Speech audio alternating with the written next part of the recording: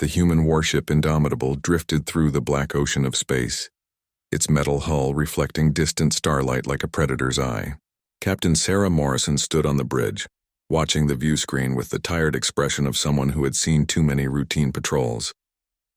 Her crew moved efficiently around her, checking systems and monitoring the empty space ahead. This sector of the galaxy was quiet, positioned right between human territory and the space controlled by the Calthene Coalition. It was the kind of place where nothing ever happened. That was about to change. The sensor officer's voice cut through the bridge's calm atmosphere. "Captain, we have multiple contacts approaching. Bearing 273, range closing." Morrison straightened in her chair, her hand instinctively moving toward the communication panel. On the view screen, 5 vessels emerged from the darkness. They were Calthene ships, their organic-looking hulls covered in bioluminescent patterns that pulsed with alien life.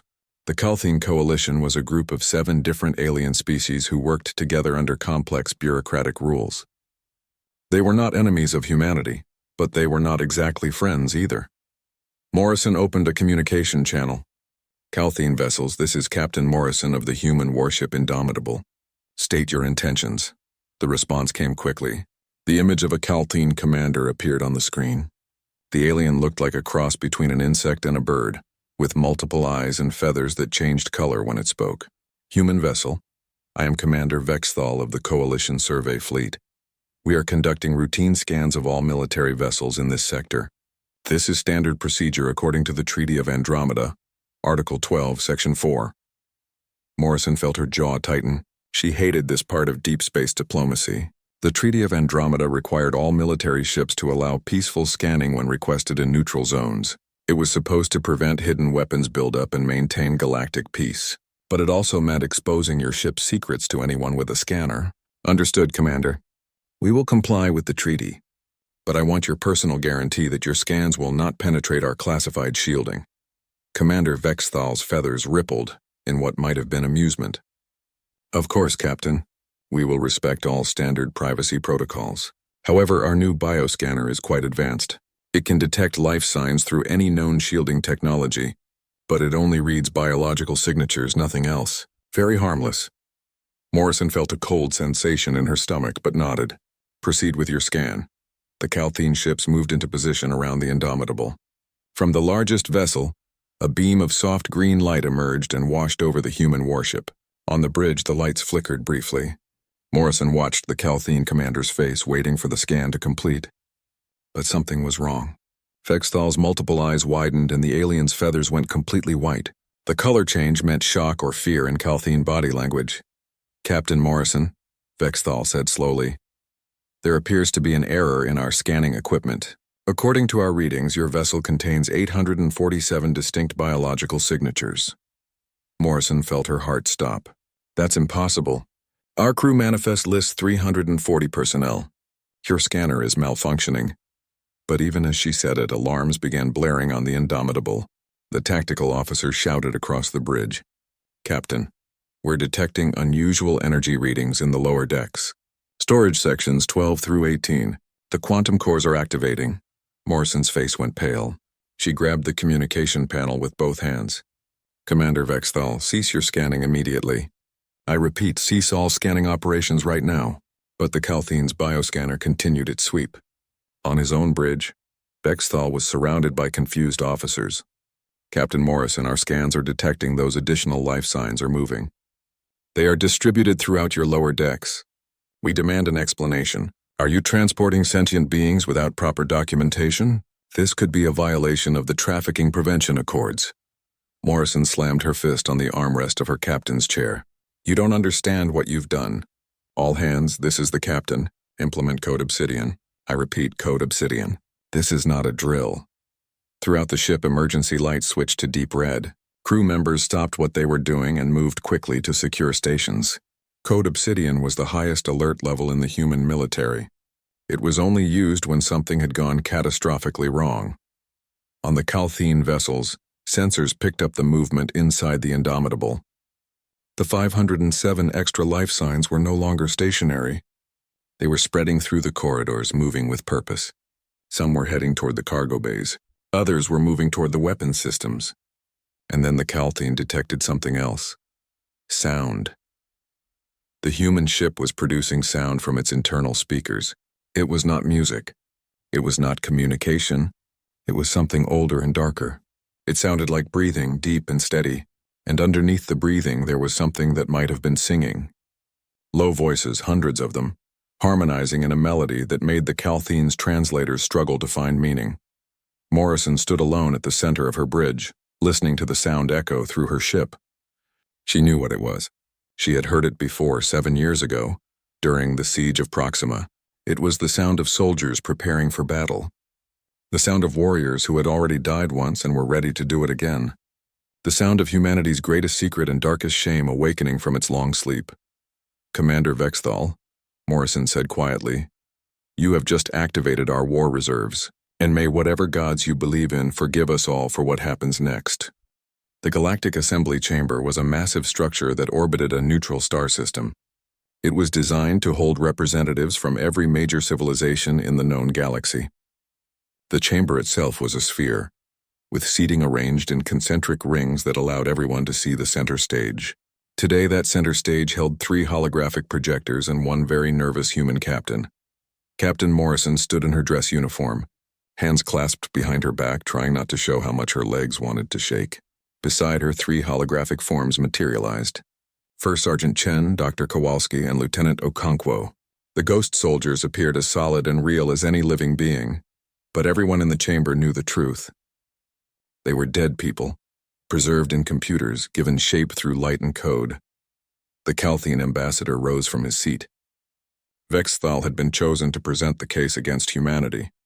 Honored delegates of the Galactic Assembly, he began, his translator converting his clicks and whistles into common galactic language. We are here to address a violation of natural law. The human species has created a technology that enslaves the dead. They have trapped the consciousness of their fallen soldiers and forced them to fight eternally. This is necro-slavery of the highest order. A wave of sound swept through the chamber. Some species made sounds of disgust. Others chittered with interest. The Zithine representative, a massive insectoid creature with 1,000 eyes, leaned forward with curiosity. The Vryn delegate, a being made of pure energy contained in a crystalline shell, pulsed with colors that indicated deep thought. The assembly chair, an ancient being from the eldest species, gestured with one of its many tentacles. The accused will have the opportunity to present their testimony. Captain Morrison, you may begin. Morrison stepped forward. Honored delegates, I will not deny what we have done. Project Valkyrie exists. We have preserved the consciousness of soldiers who died in combat. But I ask you to hear from the Valkyries themselves before you pass judgment. They are here. They have voices, and they deserve to be heard. First Sergeant Chen's hologram stepped to the center of the chamber. She stood at attention, her posture perfect despite being made of light. My name is Elizabeth Chen. I was 32 years old when I died. I had a daughter named Maya. She was 3 years old. I died protecting wounded soldiers during the siege of Proxima. When I woke up in the quantum core, I was given a choice. I could be permanently deleted, which would be the same as final death. Or I could continue to serve. I chose to serve. Why? The question came from the Vryn delegate, its voice like wind chimes. Why would you choose to continue? Death is natural. Death is rest. Why would you deny yourself peace? Chen's holographic face showed a sad smile. Because peace felt like abandonment. My brothers and sisters were still out there, still fighting, still dying. My daughter was still growing up in a galaxy that had dangers. If I had let myself be deleted, I would have found peace, but I would have also let go of my purpose. I wasn't ready to do that. Dr. Kowalski stepped forward next. I was a trauma surgeon. I was 47 when I died.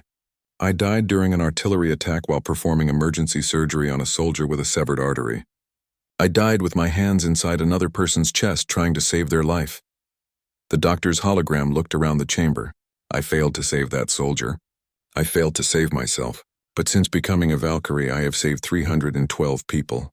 I serve on ships across the human fleet. When someone is wounded, I am uploaded into a medical frame. I have hands again. I have tools, and I save lives. Death didn't end my ability to heal. It just changed my body. The Calthine ambassador stood again. But you have no body. You are a program. You are code pretending to be people. You have been stripped of your biological existence and turned into weapons. Lieutenant Okonkwo laughed. It was a surprising sound in the serious chamber. Sir, with respect, I was a weapon when I was alive too. I was a fighter pilot. My job was to shoot down enemy ships. Now I pilot combat frames. The mission hasn't changed. Only the hardware is different. But do you feel? Asked the Zythene representative.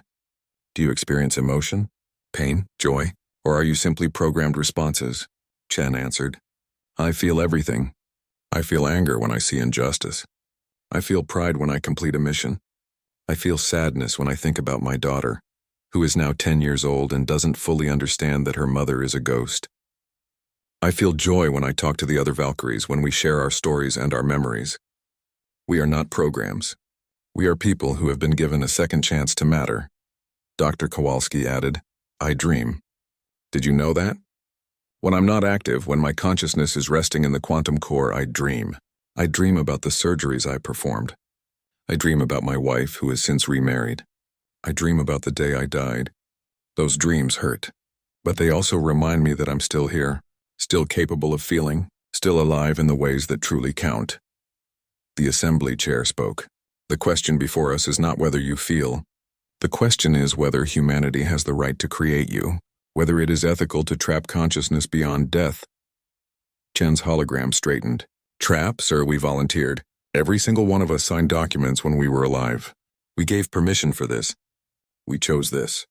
Humanity didn't trap us. Humanity gave us an option that no other species offers. The option to continue. To still be part of the universe. To still protect the things we love. Suddenly, alarm sirens began to wail throughout the assembly station. The chamber chair received an urgent message through its neural interface. Its tentacles writhed in agitation. All delegates, we are under attack. The Zarthal Dominion has launched a surprise raid on this station. All military vessels are ordered to defensive positions immediately. On the view screen that dominated one wall of the chamber, images appeared. Zarthal warships, dozens of them, were dropping out of faster-than-light travel. They were ugly vessels built for destruction rather than elegance. Energy weapons were already firing at the assembled ships near the station. The Zarthal were a hostile empire that respected only strength. They had been watching the assembly, waiting for a moment when the gathered species would be distracted and unprepared. Captain Morrison's communicator chirped. She answered it immediately. Morrison here. The voice of her executive officer came through. Captain, the Indomitable is ready for combat. What are your orders? Morrison looked at the 3 ghost soldiers standing beside her. Chen met her eyes and nodded. The captain took a deep breath. All Valkyries are cleared for deployment. Full combat authorization. Show them what we are. First Sergeant Chen smiled. It was not a kind smile. It was the smile of a warrior who had been waiting for this moment. Finally, she said, let's give these delegates a demonstration. On the Indomitable and every other human ship in the area, quantum cores hummed with power. 507 consciousnesses surged into combat frames. The dead soldiers of humanity were going to war again. And the galaxy was about to learn what it meant when humans refused to let death stop them. The hangar bays of the Indomitable opened like the jaws of a great beast. From the darkness inside, 507 combat frames launched into space. They were not graceful machines. They were built for war, not beauty. Each frame stood 3 meters tall, humanoid in shape but clearly mechanical. Their armor was scarred from previous battles. Their weapons were large and brutal, but what made them truly terrifying was the way they moved. They moved with purpose and precision that only centuries of combined combat experience could provide. First Sergeant Chen's consciousness inhabited a frame designated Valkyrie 7. She felt the cold metal body respond to her thoughts as if it were flesh and bone. The combat frame had no pain receptors, no fear response, no adrenaline to cloud judgment. She was pure calculation and fury. Around her, the other Valkyries spread out in formations that would have taken living soldiers hours to coordinate. They did it in seconds, their digital minds communicating faster than speech. All Valkyries, this is Chen. Remember Proxima. Remember why we chose to stay. Let's show these raiders what happens when they threaten the innocent. Through the shared combat network, responses flooded back. Not words, but feelings. Agreement, determination, and something that might have been joy. The joy of warriors finally released to do what they were built for. The Zarthal warships were firing on the assembly station and the gathered diplomatic vessels. Most of those ships were not military craft. They were transports and ceremonial vessels designed for prestige rather than combat. The Zarthal had chosen their moment well, or so they thought. They had not accounted for the human warship in orbit. They had not accounted for the Valkyries. Chen's frame accelerated toward the nearest Zarthal vessel. Her combat frame was equipped with magnetic grapplers and a plasma cutter. The weapon was designed to slice through ship hulls. She landed on the enemy ship's surface with a magnetic clamp, attaching herself to the hull. Around her, dozens of other Valkyries did the same. They moved across the ship's surface like mechanical spiders, finding weak points and vulnerable systems. Cutting through to the engine core, Chen reported. Her plasma cutter came alive with blue fire. The metal of the Zarthal hull screamed as it melted under the intense heat. Inside the enemy ship, alarms blared. The Zarthal crew realized too late that they were being boarded by something that didn't need airlocks or safety procedures. On another front, Lieutenant Okonkwo piloted a fighter-class combat frame. It was smaller and faster than the heavy assault frames. He dove between two Zarthal cruisers, his weapons firing in precise bursts. Targeting their sensor arrays, he called out. If they can't see, they can't fight effectively. His frame twisted in a maneuver that would have killed a living pilot from the gravitational forces. But Okonkwo didn't have a biological body to protect. He could push his frame to its mechanical limits without fear. Dr. Kowalski's frame was different from the combat models. It was designated as a medical support unit, equipped with repair tools and emergency systems. He stayed close to the Indomitable, ready to provide assistance. But when a damaged Calthene ship drifted past, its hull breached and venting atmosphere, Kowalski made a decision. "I'm going to help them," he transmitted to Captain Morrison. "Doctor, your frame isn't designed for that kind of operation," Morrison replied. But Kowalski was already moving. His medical frame attached to the Calthene ship's hull. He could see through the breach into the ship's interior. Calthene crew members were struggling with emergency suits trying to seal the damage. Kowalski used his frame's repair tools to begin welding temporary plates over the breach. "Hold on," he transmitted to the Calthene ship. "I'm buying you time to seal the internal compartments." Inside the enemy vessels, the Zarthal were experiencing terror they had never known. The Valkyries that had cut through the hulls were now inside, moving through corridors with mechanical precision. They didn't need light to see. They didn't need air to breathe. They were unstoppable. A group of Zarthal soldiers fired their weapons at an approaching Valkyrie frame. The bullets struck the frame's armor, denting but not stopping it. The Valkyrie returned fire not to kill but to disable. The human military had strict rules of engagement, even for their ghost soldiers. Disabling their weapon systems, reported a Valkyrie designated Valkyrie 42. Her consciousness belonged to a soldier named Rodriguez, who had died during an asteroid mining accident while defending a colony. Their crew is retreating to safe compartments. I'm not pursuing. The ship is out of the fight. Back on the assembly station, the delegates watched the battle unfold on their displays. The Zythian representatives' 1,000 eyes were fixed on the screens.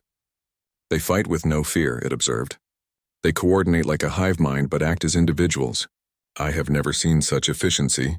The Vryn delegate pulsed with colors. They are beautiful, it said, surprising everyone. They are consciousness unbound by flesh. They are what my species considers the next evolution. They are pure thought given form and purpose. But the Calthene ambassador watched with conflicted emotions. His feathers changed colors rapidly. They are effective, he admitted. But are they right? On the hull of a Zarthal command ship, First Sergeant Chen was completing her mission. She had cut through to the engine control system. Her combat frame's arm transformed, revealing a data spike. She jammed it into the ship's computer core.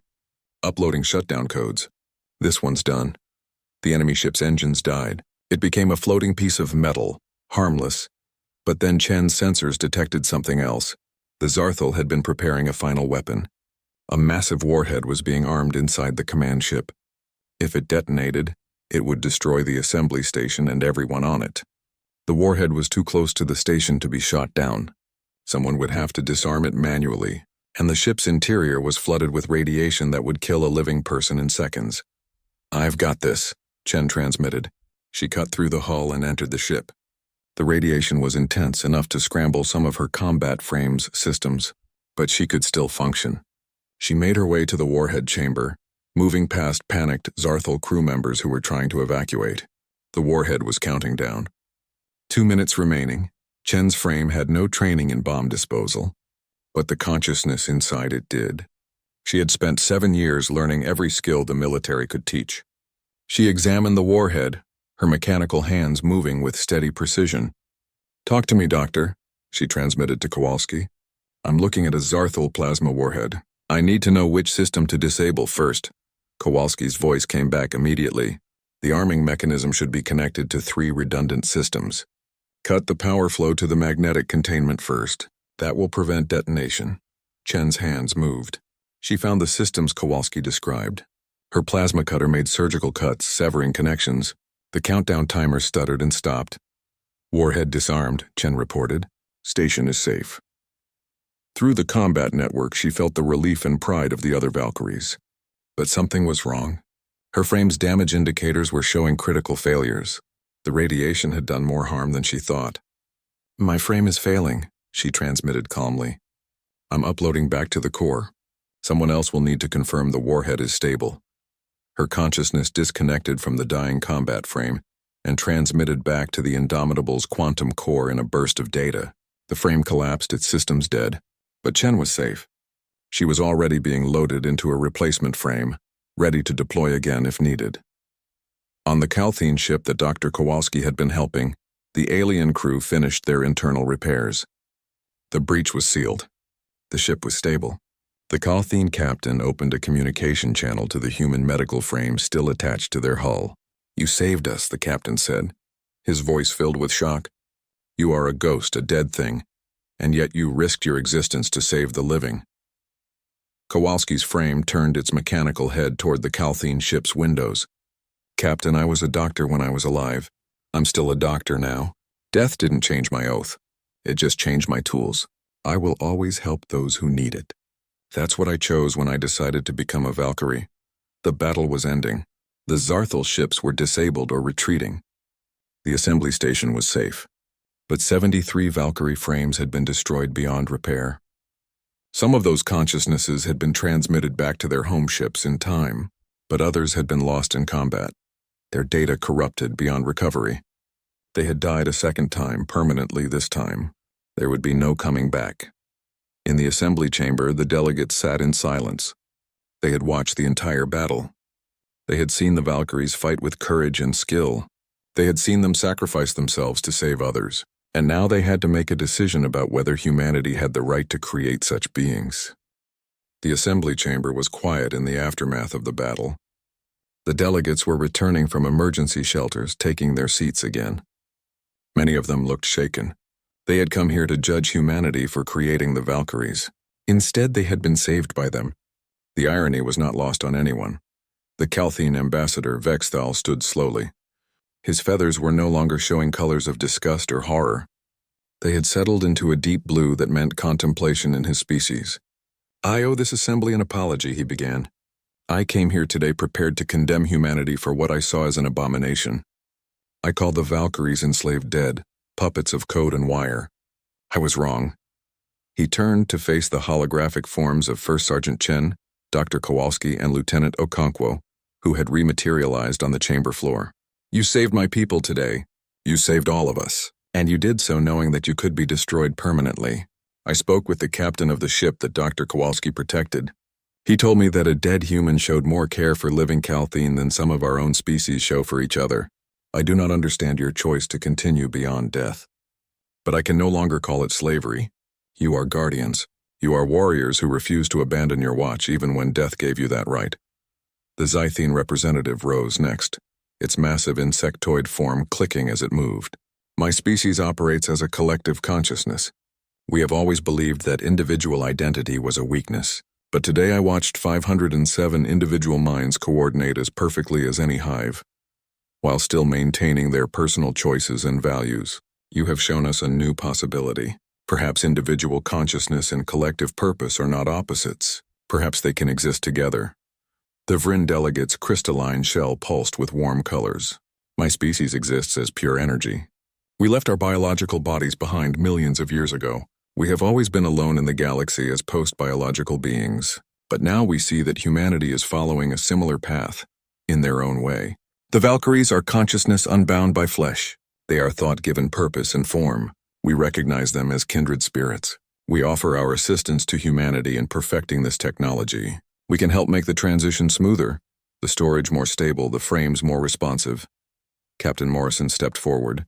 On behalf of humanity, we accept your offer with gratitude.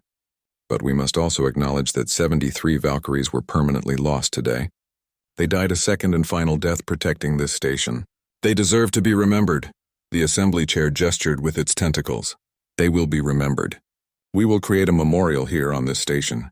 It will honor those who fell today and recognize the sacrifice of all Valkyries. But we must still address the legal question. The Galactic Assembly must decide whether Project Valkyrie is permissible under galactic law. The debate that followed lasted 3 hours. Representatives from dozens of species spoke. Some argued that death was sacred and must not be violated. Others pointed out that the Valkyries had volunteered, that they had agency and choice. Some worried about the military implications of soldiers who could not truly die. Others reminded everyone that the Valkyries could die, as 73 of them had proven that day. Finally, the assembly chair called for a vote. The question before us: should humanity be allowed to continue Project Valkyrie under regulated conditions? The vote was close, but the outcome was clear. By a margin of 63% to 37%, the assembly voted to allow the program to continue. However, strict regulations were imposed. All Valkyries must be volunteers. They must be given the option of permanent deletion at any time. They must not be used for offensive warfare, only defensive operations and rescue missions. And humanity must share the technology with any species that requested it, under the supervision of a joint committee. Captain Morrison felt relief wash over her. It wasn't a complete victory, but it was enough. The Valkyries would continue. After the vote, she returned to the Indomitable. In the ship's quantum core chamber, she initiated a general assembly. The 507 Valkyrie consciousnesses manifested in the ship's virtual space, a digital recreation of a military assembly hall. They appeared as they had been in life, wearing their uniforms, showing their faces. Some were young, others were old. All of them were warriors. You've all seen the assembly vote, Morrison said, her own avatar standing at a podium. The galaxy has decided that you have a right to exist. But they've also decided that you need to be regulated. And they've given you a choice. Any of you who wish to be permanently deleted to finally rest can do so with honor. No one will think less of you. You've served beyond the call of duty. You've earned peace. The virtual assembly hall was silent for a moment. Then First Sergeant Chen stepped forward. I vote to continue. My daughter is 10 years old now. She needs a galaxy that's safe for her to grow up in. I'll keep fighting to give her that. One by one, others spoke. Dr. Kowalski chose to continue, stating that there were still lives to save. Lieutenant Okonkwo chose to continue, saying that flying was still his purpose. Out of 507 Valkyries, 495 voted to continue their service, but 12 chose differently. An old soldier named Garcia, who had died at age 67 defending a refugee ship. A young woman named Park, who had been a combat medic. A pilot named Johnson, who had flown escort missions for 20 years before his death. They and 9 others chose peace. We're tired, Garcia said simply. We've fought enough. We're ready to rest, but we're proud of what we did. We're proud of what the Valkyries are. We just want to sleep now. Morrison nodded, tears in her eyes. You've earned it. Thank you for everything you've given. We'll remember you. The deletion process was gentle. One by one, the 12 consciousnesses were given a final moment to say goodbye to their fellow Valkyries. Then they were peacefully erased, their data scattered into random noise. It was as close to a natural death as they could have. The funeral service was held in the virtual assembly hall. The remaining Valkyries sang old military songs, the same songs they had sung when they were alive. The same songs that had echoed through the Indomitable when they first woke. Afterward, Chen gathered the other Valkyries. We need to talk about what happens next. The galaxy knows about us now. Some species will fear us. Others will want to become like us. We're going to be symbols whether we want to be or not. The question is, what do we want to stand for? The discussion lasted hours. In the end, they agreed on a purpose statement.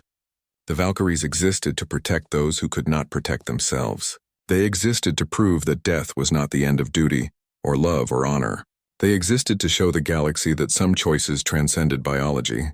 They would be guardians, defenders, and examples, not of humanity's power, but of humanity's refusal to give up on what mattered.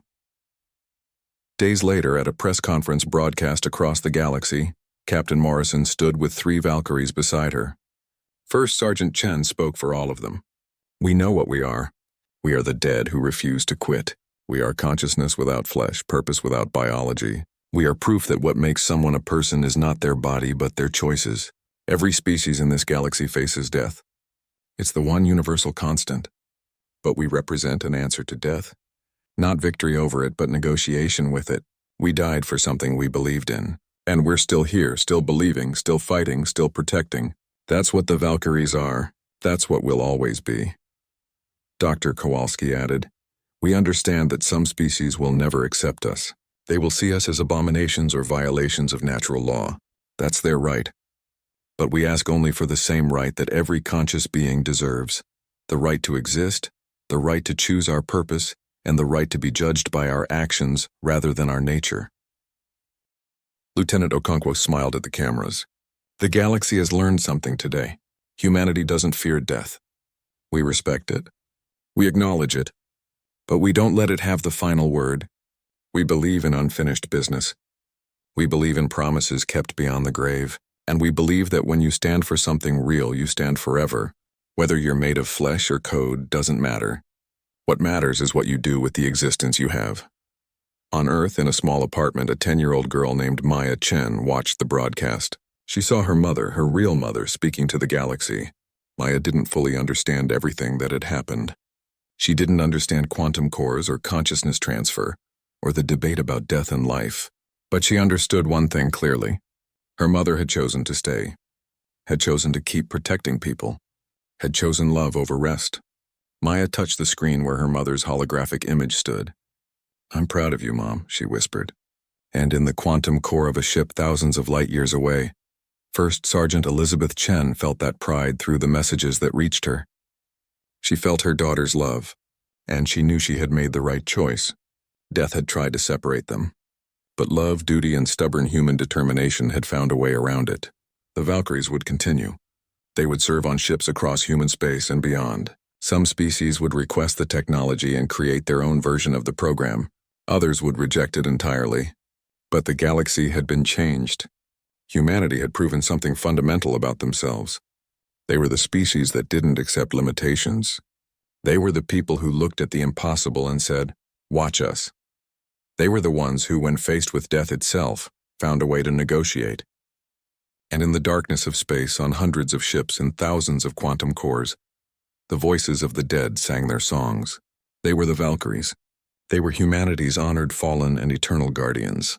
They were proof that some flames refused to be extinguished, and the galaxy would never be the same again.